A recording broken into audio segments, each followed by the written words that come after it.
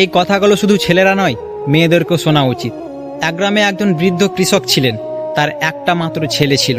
একদিন গ্রামে এক ধনী ব্যক্তি তার মেয়ের জন্য সেই ছেলের কাছে বিয়ের প্রস্তাব নিয়ে এলো। লোকজন অবাক হয়ে গেল, কারণ ছেলেটার না ছিল বড় বাড়ি, না ছিল জমি জায়গা, না ছিল কোনো ব্যবসা। অনেকেই ধনী লোকটাকে বলল, আপনি এত ধনী মানুষ হয়েও এই গরিব ছেলেকে জামাই বানাতে চান কেন?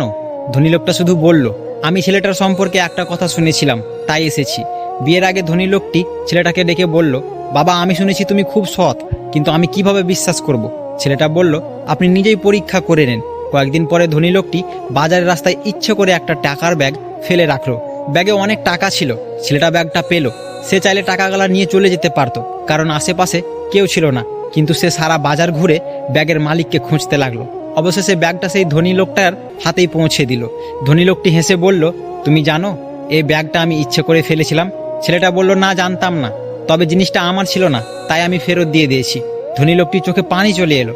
সে বলল, আজকাল ধনী ছেলে অনেক পাওয়া যায়, সুন্দর ছেলেও অনেক পাওয়া যায়, কিন্তু আমানতদার মানুষ খুব কম পাওয়া যায়। আমি আমার মেয়েকে তোমার হাতে তুলে দিতে চাই, কারণ তুমি টাকার নয়, চরিত্রের ধনী।